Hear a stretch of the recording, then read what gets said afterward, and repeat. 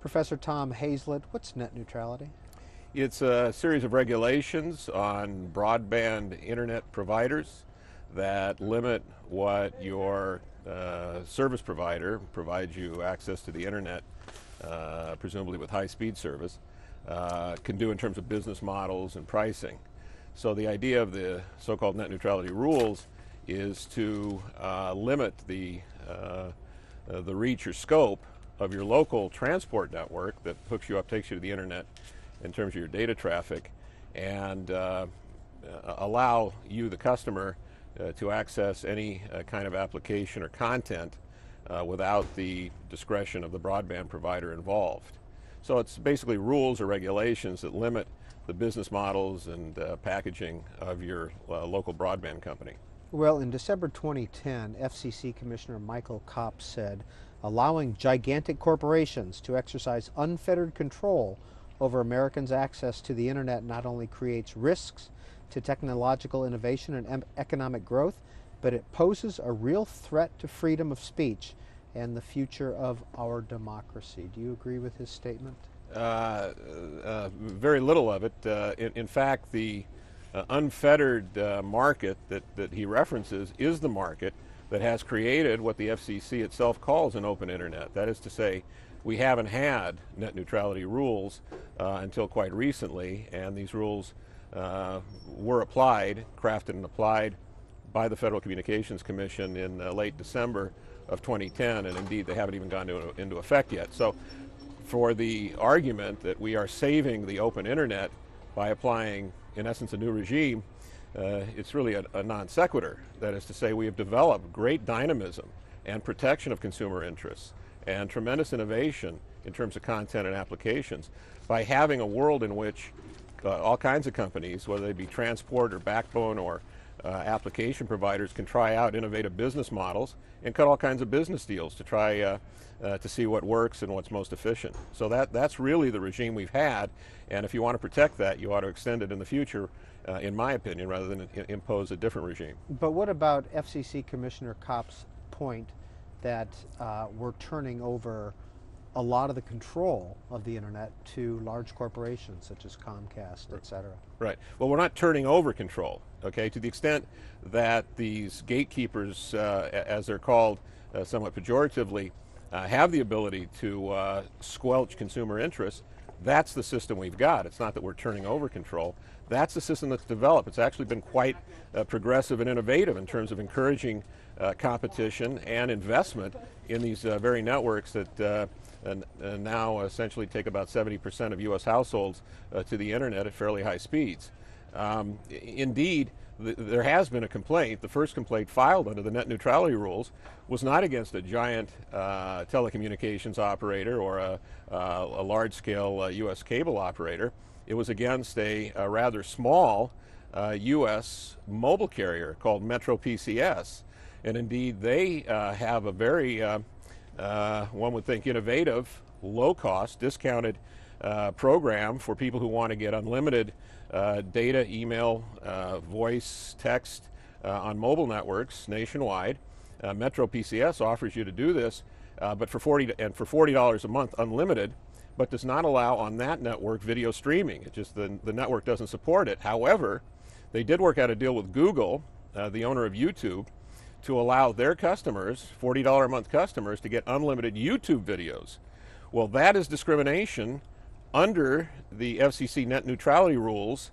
Perhaps, we don't know yet because the complaint has not been adjudicated, although I will say in the FCC order they specifically single out this kind of business model, Metro PCS's business model, as potentially hazardous and discriminatory, and so they virtually invited this complaint.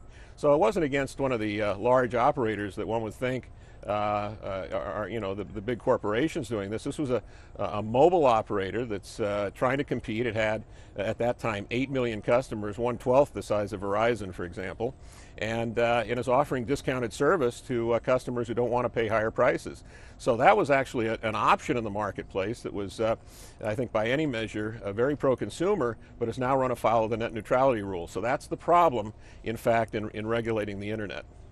Tom Hazlett is a professor of law and economics here at George Mason University, and he's director of the Information Economy Project at the law school. What is the Information Economy Project? Well, we're an academic program that tries to use the tools of law and economics in the academic world to analyze public policy issues in the information sector. And we have academic studies, conferences, and lectures by noted academics, business people, and innovators in the telecommunications and media worlds. And you've also written about cable TV and public policy. Yes. This is your newest book, just coming out, The Fallacy of Net Neutrality. Is this a Republican-Democrat issue? Supporting or opposing net neutrality?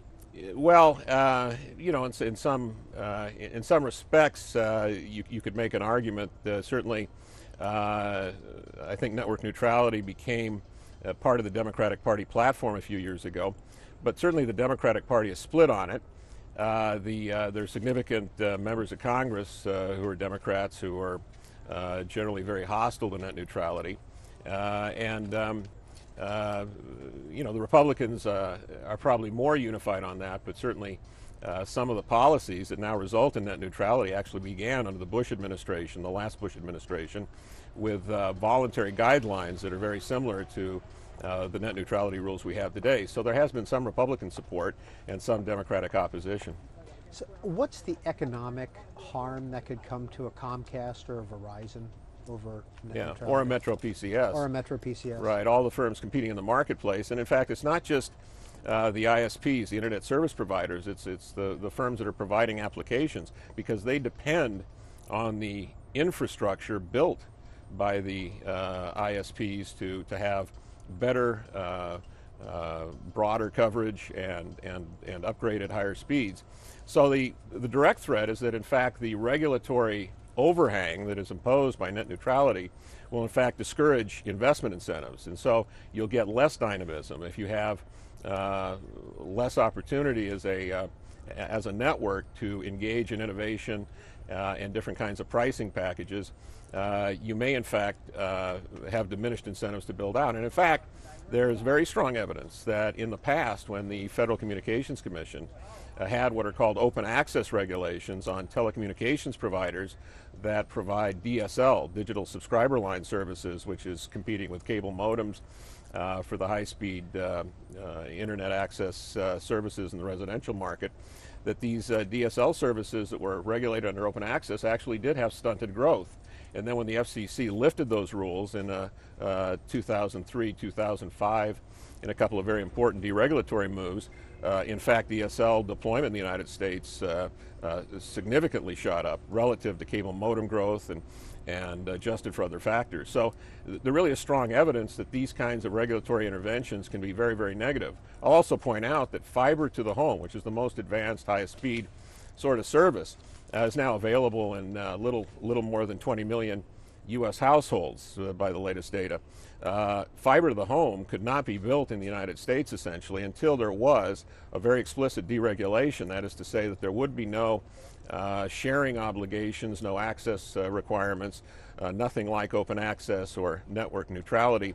And then finally in late 2004, when that regulatory determination was made, you finally got build out of significant parts of the U.S. with fiber to the home. Now, that's a very high-speed service. It's very expensive to build, and so the economics have not proven out very well. But that was an investment that is in place, and so a lot of people have access to ultra-fast broadband as a result, and that would not have taken place under a regulatory regime that does what net neutrality hopes to accomplish. Professor Hazlett, why does Google see advantage in the network neutrality rules as put forth by the FCC? Right. Well, as a policy matter, Google does argue for network neutrality, and they've argued for it for some time. There's some question as to how vigorously they pursued it in the last few years. If they backed off, they've tried to make deals with some other telecommunications providers that would provide a watered-down version of net neutrality, actually. But Google's argument certainly is that they are an edge content provider, and they're certainly a very successful one. They have products that people are very popular, very valuable to internet users. And so their fear is that if they are not allowed to get access to mobile